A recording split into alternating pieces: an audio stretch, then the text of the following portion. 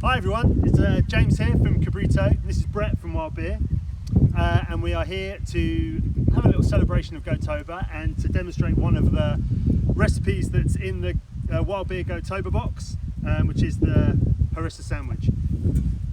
So I've made thousands of these, well, something very similar to these, when I worked at the Eagle in Covent Garden, in Farringdon, the first ever gastropub. I worked there for a year or so, and they had a beef anna sandwich, which has been on the menu ever since it opened, and it was the most popular thing on the menu, ran out every day, and I loved it so much that when I wrote the Goat book, I put a version of it in the Goat book, and when we were putting the recipes together for Wild Beer, we thought, what goes better with beer than a steak sandwich? But we wanted to incorporate some beer into the recipe, so we've done the Harissa Marinated Goat Sandwich. So yeah, so that's what we're going to cook today. I'm going to cook for Brett. Brett, tell everyone who you are, what you do. So I'm Brett Ellis, and I am one of the two co-founders of the Wild Beer Company, and we set out to make beer different than the typical industrial lager or pale ale. Really seeking to have those like wild mixed fermentation flavors, and trying to kind of make a real loud flavor. There you go. Probably went there to see that. That's a massive Hercules transporter. Just probably smell the sandwich cooking. Yeah. I think, yeah, sorry, carry on. No, really set out to do something different. And my background is being a chef. Oh, right, okay, I didn't know that. And that was from California. So you maybe tell from my accent. I wasn't sure if it was California. Well, it's not quite Somerset. No, it's definitely not Somerset. Although 1/3 of my life has been here in these parts. But I was a chef in California, working in kind of the wine country, doing wine dinners and things like that. And that's what introduced me to food and drink and the flavor combinations and complexity that can bring. So how did you get to, because you just said wine country, and this is what I find so interesting about Wild Beer, because you do think like chefs. Like you think with recipes and you think about flavour development. I remember talking to Andrew, who's the other co-founder, talking about like taking inspiration from sort of holidays, and how does that chef process show itself in the brewing process? Yeah, so it really from the very beginning and also right at the end. So from very beginning, meaning looking at, as a chef, you think, what occasion are we going to eat this food with? Is it celebration? Yeah, okay. So is it going to be special or unique and flavorful, or something you're not going to eat every day on a Tuesday or something? Yeah. Or is it something you're going to eat any day on a Tuesday afternoon lunch? Yeah. So that really helps your mind go towards a point of what flavors you're going to create, right? Yeah, for sure. So from brewing, I look at, when is this beer going to be drunk? Is this a beer to drink while watching the football with your friends? Yeah. Or is this a beer you're going to have on Christmas Day, Right. Christmas morning? Do I want to rival champagne on Christmas morning? Why just restricted to Christmas? Yeah, but not specialty, Like, do I want to rival champagne or do I want to rival lager? Yeah, right. Yeah. So, and if I'm going to rival champagne and have it Christmas morning, then I need something that's going to be quite flavorful, because you're only going to have a small amount. Yeah. That means it's probably going to have a lot of alcohol. It's going to be kind of probably try to be spicy and effervescent. Yeah. But also kind of a good body, smooth body, like champagne can have that buttery texture. Yeah. Versus, and so trying to layer in flavors just like you would a chef. Yeah. So the entry into it, the aroma of your drink is enticing, the view of it is enticing, and then but also all the way through to the finish and the aftertaste. It's a positive character that either leads you to a different action, either have another sip or have another taste of something extraordinary, something different, or have another bite of something great, like the sandwich today. Yeah. So we're using the IPA, which, I mean, how many beers have you got going at the moment? So kind of our core range is around about 9 beers, but in general, on our online shop, you can generally get about 20 different beers at any time. I mean, that's amazing. I mean, there's a couple of things about that. First of all, I think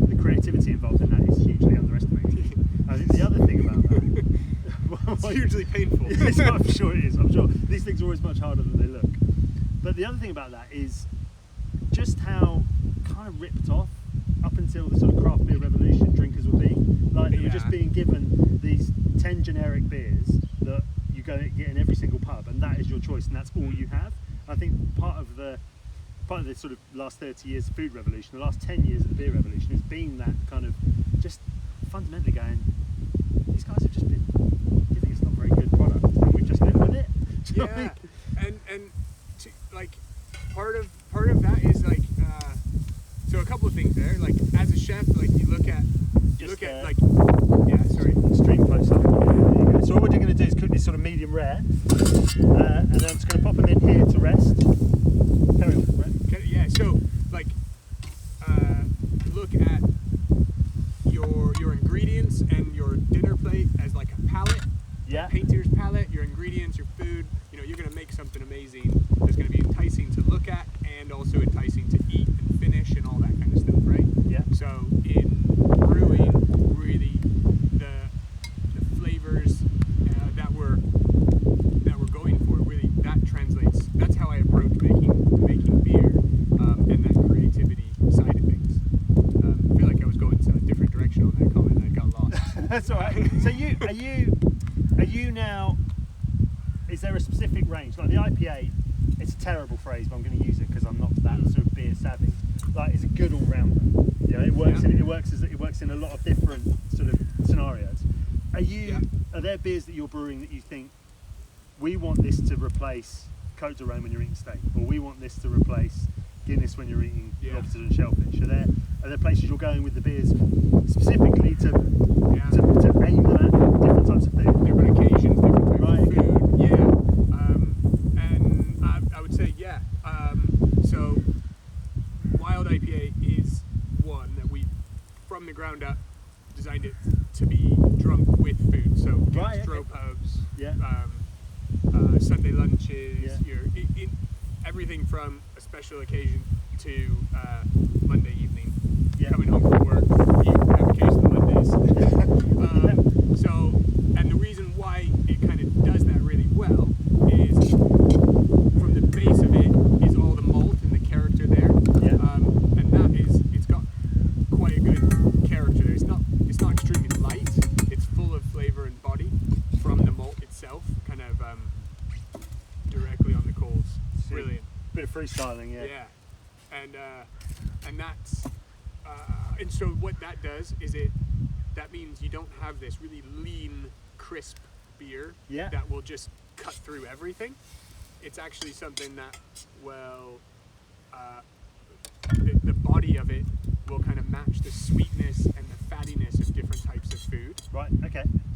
But then with the hops that are chosen is kind of this pink grapefruit and kind of subtle coconutty type character. So, I mean, as a total layman, hops, different types of hops. So what are the different types of hops? How do you use them?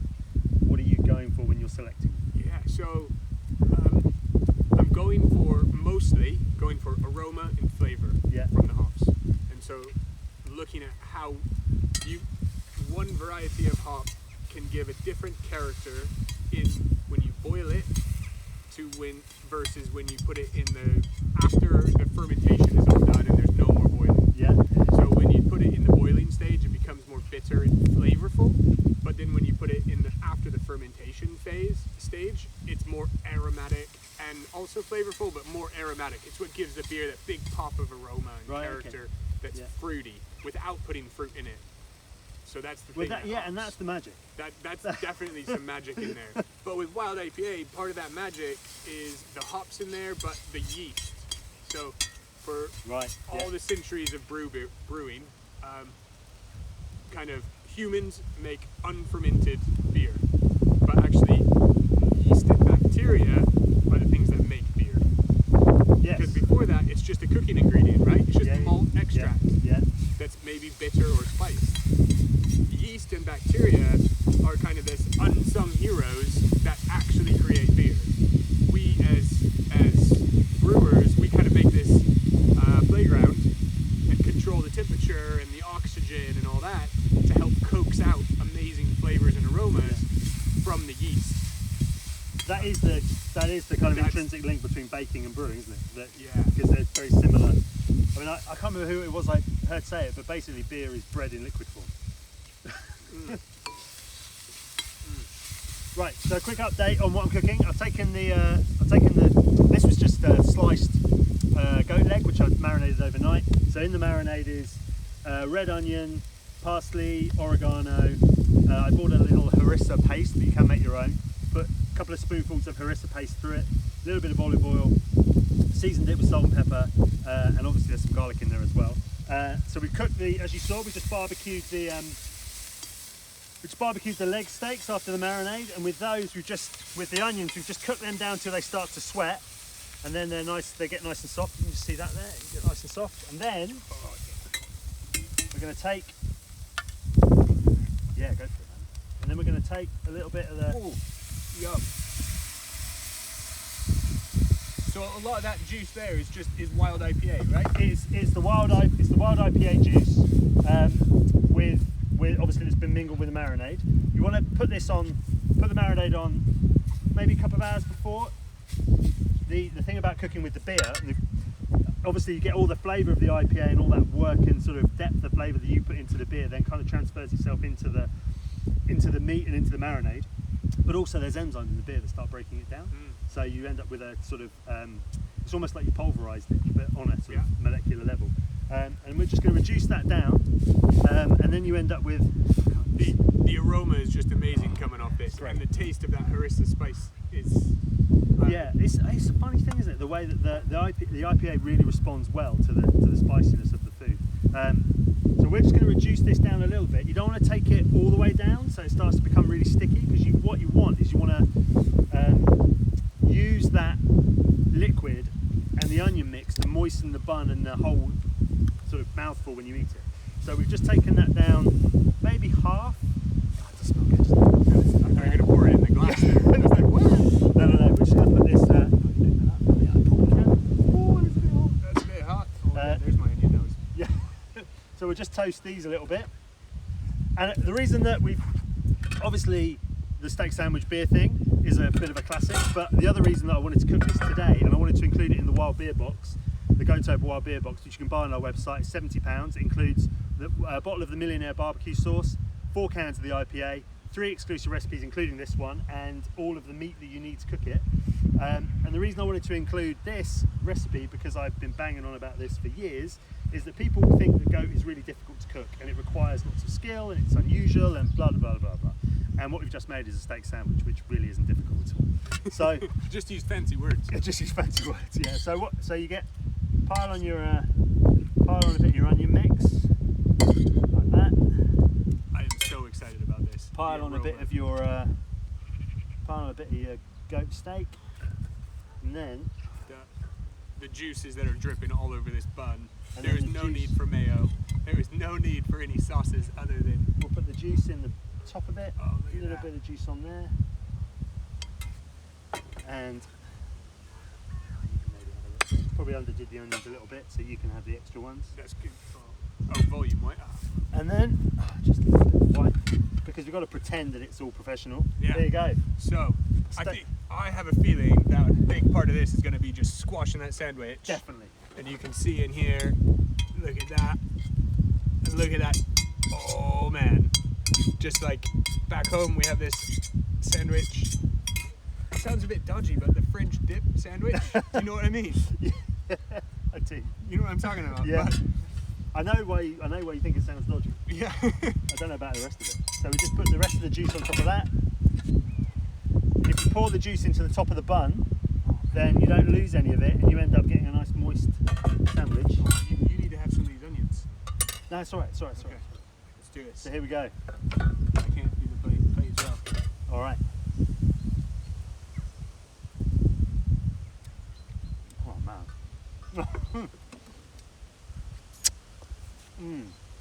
You get that slight, you get the heat and the warmth of the harissa, but you get that slight tangy bitterness that you get from the beer, which just rounds the flavour off so nicely. So I'm just gonna... Basically it's a steak sandwich. Yeah, it's basically a steak sandwich, but I'd say this is more flavorful than a steak sandwich I've had. And that's kind of the thing, like, we wanted to work, we're a brewery that's on a farm. Behind us is the actual brewery. And so we're in the countryside. We drive past more farms than housing estates, any housing estates really, to get to work. There's more sheep than people. And so in other words, farming is important to us, and ethical farming and processes around that is really key.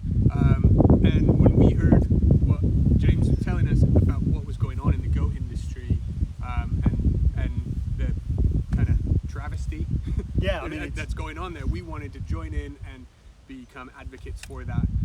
And so this was something that's really important to us, that we can make a positive difference to the farming industry by choosing to eat an incredibly flavorful meat. Yeah, so, and we're in Somerset. I mean, there are a lot of goat dairies around us. I mean, the one that's local to us is about 40 miles away, which is the second biggest goat dairy in the country. There's one in Pyle, which is not very far from here, which also produces for Delamere, which is the company we work with to take goats. And I think for you guys as well. I mean, I think that's a really like giving your product an authenticity and a sense of place by engaging with the sort of local farming community is really important. But yeah, and one of the, just going back to Goatober and sort of why and the reasons, the reasons that, like, when you're asked to do something that's worthy and kind of, you know, the right thing to do, often that is something that you don't particularly want to do. Like, it's a bit of a chore. And basically, in order to contribute towards Goatober and help end the euthanizing of the billies in the dairy system, I'm asking you to eat a steak sandwich. Yeah. Do you know what I mean? And have it with a nice beer. So it's not really a big chore. So the Goatober isn't just about cabrito, is it? No. As well. No. Not to like. No. As far as not. like myself, and to make a difference, there's buying the box to get introduced to wild beer, drink wild beer, have some fun, but get introduced to the flavors that goat meat can give. B, check out your website for in the future that box isn't going to be on there, and see, like, this is what I didn't know for sure, would just people talking to their local butcher, 100%. Having a relationship with a local butcher is important, but asking a local butcher, can you get some interesting goat cuts for me? Yeah, I mean, the more people ask for it, the more goats will be kept alive, and the more goats will go into the food system. And I think the point you make about local butchers is really important. I think they have and maybe in the last year or so, we start to appreciate those kind of personal connections when you're doing your shopping more, because for some people it's the only time they left the house. And I hope that one of the things that comes out of that is that people have a reliance and a relationship with their local butchers or their local grocers, because they trust the products that they're buying in, they know the traceability, they understand it, but also you have that human contact and that relationship, which I think is the thing that we've lost in food. We've lost it's a very, very soulless process, going into a supermarket and buying up a plastic wrapped piece of chicken and taking it home. And I think massively soulless. Yeah, and I think your life can be better if you go to a butcher, have a relationship, have a conversation, find out about the farming. You know, your life will be enriched by that experience. So you're absolutely right. Goatober isn't about me or about cabrito. It wasn't even my idea. It came from the United States. But it's more about all the best stuff does, huh? It was more about just trying to end the waste in the dairy industry across the board, and we have the power to change the food system that we have through the purchasing decisions that we make. And if you, wherever you are in the country or the world, if you go to your butcher and say, I'd really like some goat meat, they will find it and they will sell it. And it won't come from me necessarily, but it'll come from some other farmer who then sees a demand for goat meat, who will then keep more of the billies alive, and we have a more circular food system, which in the end is the goal for all of us. And like I said, it's not asking you to do something really worthy but difficult and tough. I'm asking you to have a steak sandwich and a glass of beer. Great. Awesome. Cheers. Thank you.